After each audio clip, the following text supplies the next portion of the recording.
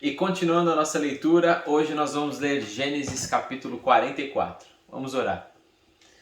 Deus, te agradecemos por mais um dia de vida, te agradecemos porque o Senhor tem nos sustentado, tem cuidado das nossas famílias, tem trazido da tua provisão, tem mostrado ao nosso coração a tua vontade e se revelado a nós. Pedimos que, ao passo que nós lemos a tua palavra, o Senhor possa se revelar cada vez mais a nós e nós possamos conhecer cada vez mais quem tu és.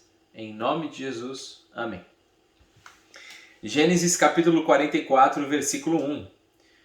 José deu as seguintes ordens ao administrador de sua casa: encha as bagagens desses homens com todo o mantimento que puderem carregar e coloque a prata de cada um na boca de sua bagagem. Depois coloque a minha taça, a taça de prata, na boca da bagagem do caçula, junto com a prata paga pelo trigo. E ele fez tudo conforme as ordens de José. Assim que despontou a manhã, despediram os homens com seus jumentos. Ainda não tinham se afastado da cidade, quando José disse ao administrador de sua casa: vá atrás daqueles homens e, quando os alcançar, diga-lhes: por que retribuíram o bem com o mal? Não é esta a taça que o meu senhor usa para beber e para fazer adivinhações? Vocês cometeram grande maldade. Quando ele os alcançou, repetiu-lhes essas palavras, mas eles lhe responderam: por que o meu senhor diz isso? Longe dos seus servos fazer tal coisa. Nós lhe trouxemos de volta da terra de Canaã a prata que encontramos na boca de nossa bagagem. Como roubaríamos prata ou ouro da casa do seu senhor? Se algum dos seus servos for encontrado com ela, morrerá. E nós, os demais, seremos escravos do meu senhor. E disse ele: concordo, somente quem for encontrado com ela será meu escravo, os demais estarão livres. Cada um deles descarregou depressa a sua bagagem e abriu-a. O administrador começou então a busca, desde a bagagem do mais velho até a do mais novo. E a taça foi encontrada na bagagem de Benjamim. Diante disso, eles rasgaram as suas vestes. Em seguida, todos puseram a carga de novo em seus jumentos e retornaram à cidade. Imagina o servo lá de José procurando na bagagem do mais velho até o mais novo, chegando lá no penúltimo, antes de Benjamim, eles já falando, né? Isso é claro que não tem nada aqui. A gente não está fazendo nada de errado, a não ser a prata, né? Que já tinha sido encontrada, mas na hora que é aberta a bagagem de Benjamim, é encontrada ali a prata e é encontrada também encontrado o cálice, a taça de José. Aí os caras começaram a tremer as pernas. Quando Judá e seus irmãos chegaram na casa de José, ele ainda estava lá. Então eles se lançaram ao chão perante ele, e José lhes perguntou: que foi que vocês fizeram? Vocês não sabem que um homem como eu tem o poder para adivinhar? Respondeu Judá: o que diremos ao meu senhor? Que podemos falar? Como podemos provar nossa inocência? Deus trouxe à luz a culpa dos teus servos. Agora somos escravos do meu senhor, como também aquele que foi encontrado com a taça. Veja que eles não ficam tentando argumentar que eles não tinham pego. Existia culpa no coração deles e parece que aqui eles estão aceitando a punição que eles precisam passar para que essas coisas possam ser de alguma forma apagadas do coração deles ou da história deles. Pelo menos o pecado possa ser aplacado de alguma maneira. Disse, porém, José: longe de mim fazer tal coisa. Somente aquele que foi encontrado com a taça será meu escravo. Os demais podem voltar em paz para a casa do seu pai. Claro que eles não iam voltar em paz, né? Lembra do que o pai falou?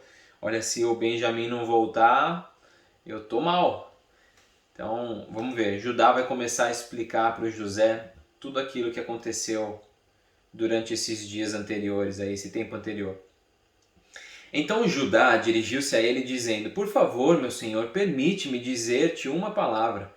Não se acenda a tua ira contra o teu servo, embora sejas igual ao próprio faraó.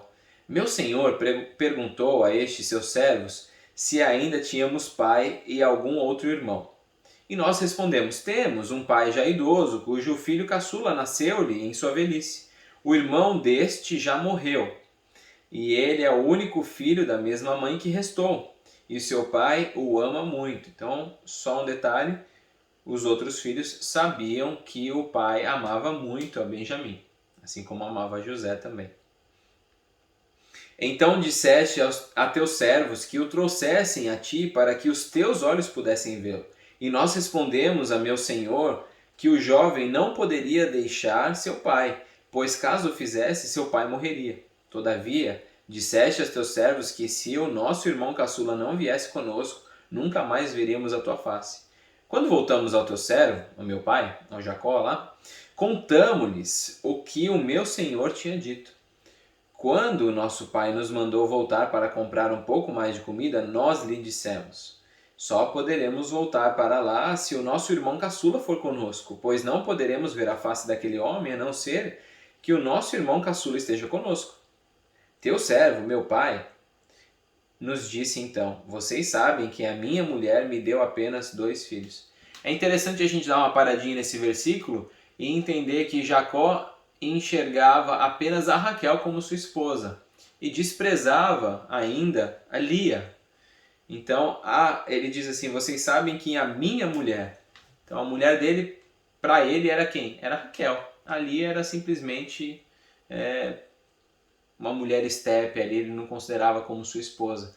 E é interessante a gente ver também que Deus cuida de Lia, ela sendo desprezada por Raquel e por Jacó, mas é ela que vai estar na genealogia do Cristo, vai estar na genealogia de Jesus, a partir dela, partindo por Judá e chegando até Jesus. Um deles se foi, e eu disse, com certeza foi despedaçado, que é o José. E até hoje nunca mais o vi. Se agora vocês também levarem este de mim, e algum mal lhe acontecer, a tristeza que me causarão fará com que os meus cabelos brancos desçam à sepultura. Agora, pois, se eu voltar ao teu servo, ele está falando com José agora, né? Está contando a história e falando com José. Agora, pois, se eu voltar ao teu servo, meu pai, sem levar o jovem conosco, logo que meu pai, que é tão apegado a ele, perceber que o jovem não está conosco, morrerá. Teus servos farão seu velho pai descer seus cabelos brancos à sepultura com tristeza. Além disso, teu servo garantiu a segurança do jovem a seu pai, dizendo-lhe: se eu não o trouxer de volta, suportarei essa culpa diante de ti pelo resto da minha vida. Por isso agora te peço, por favor, deixa o teu servo ficar como escravo do meu senhor no lugar do jovem e permite que ele volte com seus irmãos. Então Judá está se colocando para ficar no lugar de Benjamim, assim como tinha falado para o pai. Ele falou, se acontecer alguma coisa com Benjamim, a culpa vem para mim. O Rubem tinha até falado assim, se acontecer alguma coisa com Benjamim, os meus 2 filhos vão ser entregues. A culpa vem sobre mim, mas meus 2 filhos vão ser entregues. Mas aqui Judá está falando, não, a minha própria pele eu coloco em jogo se acontecer alguma coisa com Benjamim. E a gente vai ver que Jesus vai vir da linhagem de Judá. De Judá vem a sua descendência até chegar em Jesus. E a gente vê uma situação parecida com o que vai acontecer na história de Jesus. Jesus vai se entregar, vai entregar sua vida em prol da humanidade. E a gente vê aqui Judá entregando a sua própria vida em prol da vida do seu irmão mais novo, Benjamim. Muito interessante. Como poderei eu voltar a meu pai sem levar o jovem comigo? Não posso ver o mal que sobreviria a meu pai. E a reflexão que eu gostaria de trazer no dia de hoje é essa questão de Deus trabalhar com todas as pessoas de uma determinada situação.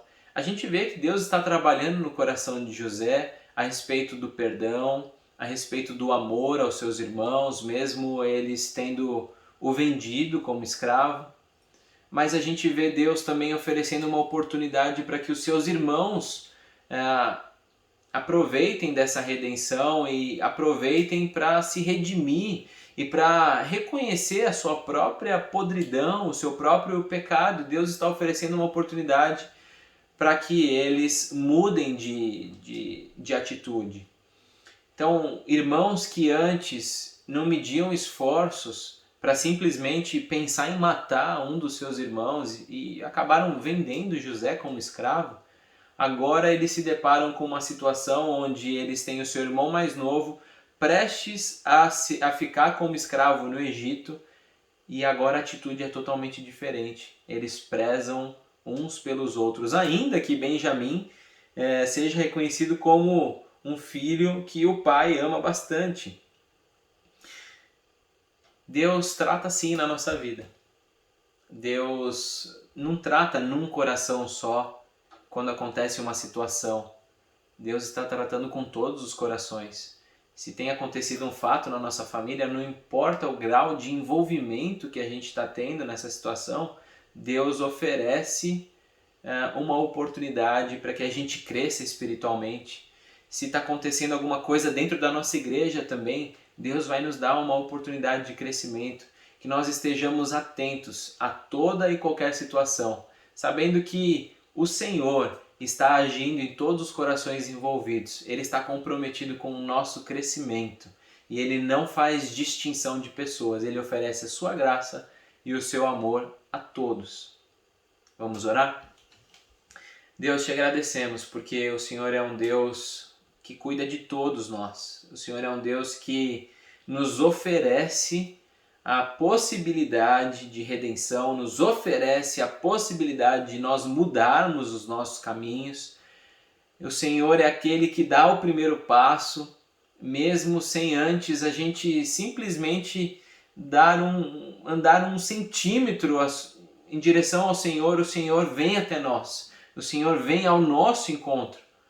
E aí nessa hora nós temos a oportunidade a darmos um passo também e irmos em direção ao Senhor, em direção à redenção, em direção à mudança de mente, à mudança de atitudes. Deus, muito obrigado por isso. Obrigado por se preocupar conosco e por nos amar. Em nome de Jesus. Amém. E até amanhã, Gênesis capítulo 45.